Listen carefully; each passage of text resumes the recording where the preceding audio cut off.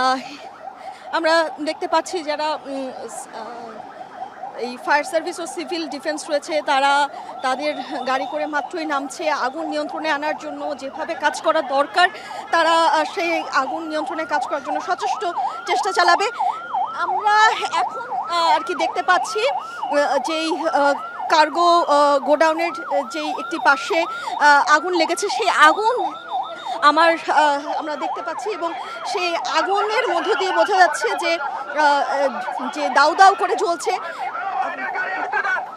সেই আগুন আমরা দেখতে পাচ্ছি দাউ দাউ করে জ্বলছে। এতক্ষণ যেই কালো ধোঁয়ায় আকাশ ছেয়ে গিয়েছিল দেখছিলাম, সেই কালো ধোঁয়া কোথা থেকে আসছে, সেই যে আগুন, সেই আগুন কিন্তু এখন আমরা দেখতে পাচ্ছি স্পষ্টভাবে। ফায়ার সার্ভিস একটির পর একটি ফায়ার সার্ভিস ইউনিট কাজ করছে এবং সেই ফায়ার সার্ভিসের ইউনিট কিন্তু কাজ করছে।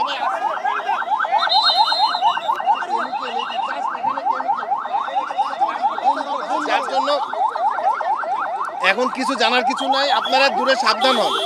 এখানে কেমিক্যাল আছে, কাপড় চোপড় আছে, আপনারা একটু প্লিজ ওদিকে যান। একজন ফায়ার সার্ভিস কর্মীর সঙ্গে কথা বলছিলাম, তারা বলছিল এই গোডাউনে যেরকম আসলে পোশাক রয়েছে তার পাশাপাশি অনেক কেমিক্যাল রয়েছে। কেমিক্যাল শব্দটি শুনেই কিন্তু আসলে যারা এখানে রয়েছেন তাদের মনে কিছুটা উৎকণ্ঠা কাজ করছে, কারণ কেমিক্যালের আগুন কতটা ভয়াবহ হতে পারে তা কিন্তু আমরা সর্বশেষ 2 দিন আগেই চট্টগ্রাম ইপিজেডের আগুনে তার ভয়াবহতার প্রমাণ পেয়েছি। তবে এই জন্যই কিন্তু আসলে যারা ফায়ার সার্ভিস রয়েছেন খুবই তৎপরভাবে কাজ করছেন এবং পথেও এতগুলো ইউনিট রয়েছে। আমরা এই কার্গো গোডাউনে সাধারণত আমরা জানি যে পোশাক থাকে, যে পণ্যগুলো থাকে আমদানি করা মজুদ পণ্য থাকে, কিন্তু সেখানে যেহেতু কেমিক্যাল রয়েছে তাই কেমিক্যালের ধোঁয়ায় কিন্তু একটির পর একটি তারা বলছিল যে সেখানে কেমিক্যাল ব্রাস্ট হচ্ছে এবং একটির পর একটু কালো ধোঁয়ায় পুরো আকাশ ছড়িয়ে যাচ্ছে। কিছুটা আগুন আমরা দেখতে পাচ্ছি এবং এই আগুনের ভয়াবহতা যখন আকাশের দিকে তাকাচ্ছি তখন আমরা বুঝতে পারছি।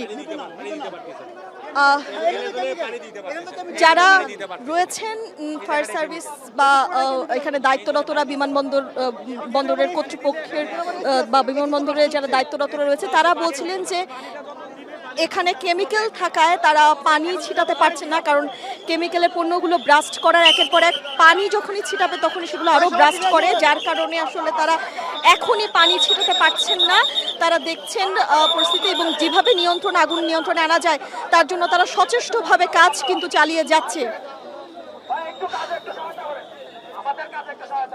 তারা কিন্তু বারবার বলছে, গণমাধ্যম কর্মী থেকে শুরু করে যারা উৎসুক জনতা রয়েছেন তাদেরকে একদমই কাছে যেতে দিচ্ছেন না, যতটা দূর থেকে সম্ভব এই আগুন নিয়ন্ত্রণে আনার জন্য ভিডিও করতে বলছেন এবং তারা বলছিলেন যে আসলে এগুলো যত দ্রুত সম্ভব তারা কাজ করে।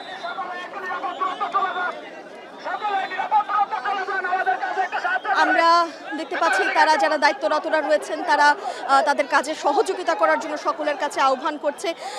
আমরা দেখতে পাচ্ছি সামনে একটি গাছ দেখতে পাচ্ছেন নিশ্চয়ই, গাছটি পুরোপুরিভাবে আসলে আগুনের ধোঁয়ায় পুড়ে ছাই হয়ে গিয়েছে এবং পেছনে যেই কালো ধোঁয়া, সেই কালো ধোঁয়াও যে সেই সূর্যকে ম্লান করে দিচ্ছে।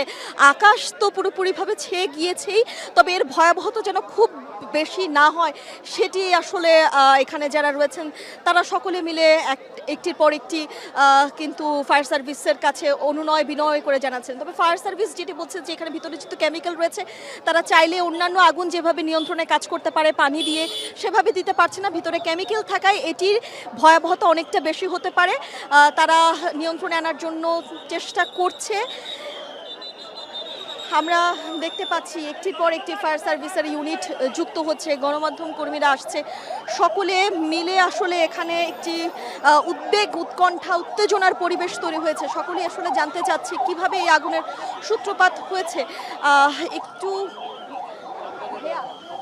সূত্রপাতটা কিভাবে আপনারা কি জানতে পেরেছেন কিনা? এখনো জানা গেল, আপনাদের জানা হয়। আর ভেতরে কি আছে?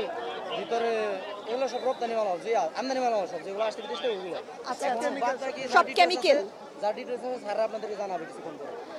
আচ্ছা, যারা এখানে দায়িত্বরতরা রয়েছেন তাদের সঙ্গে কথা বলছিলাম, তারা বলছিলেন যে কিছুক্ষণ পরে হয়তো গণমাধ্যম কর্মীদের সঙ্গে যারা ফায়ার সার্ভিস কিংবা বিমানবন্দর কর্তৃপক্ষের যারা দায়িত্বরতরা রয়েছে তাদের পক্ষ থেকে গণমাধ্যমের সঙ্গে কথা বলবে। আসলে তারা নিজেরাও এখনো ঠিকঠাক পর্যন্ত বুঝে উঠতে পারছে না ভেতরে কোন জায়গাটির অংশে আগুনের সূত্রপাত হয়েছে কিংবা এখন আসলে কি হয়েছে।